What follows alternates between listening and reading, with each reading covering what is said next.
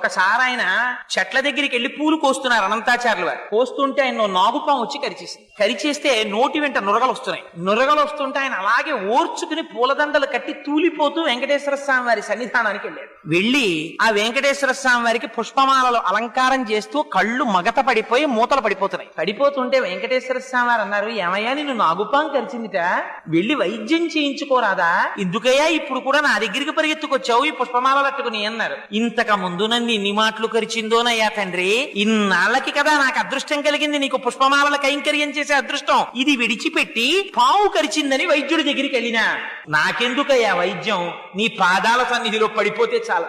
ఒక్కసారి ఆయన తల మీద చెయ్యి పెట్టారు, విషం దిగిపోయింది ఆయనకి. చిత్రం ఏమిటో తెలుసా అండి, అనంతాచార్యుల వారి జీవితంలో పొందినటువంటి గొప్పతనం బహుశా ఎవ్వరూ పొందుంటారు. ఆయన పుష్పవాటికని పెంచితే 8 రోజులు ప్రచ్ఛన్న రూపాల్లో వచ్చి పువ్వులు కోసేశారు. పద్మావతి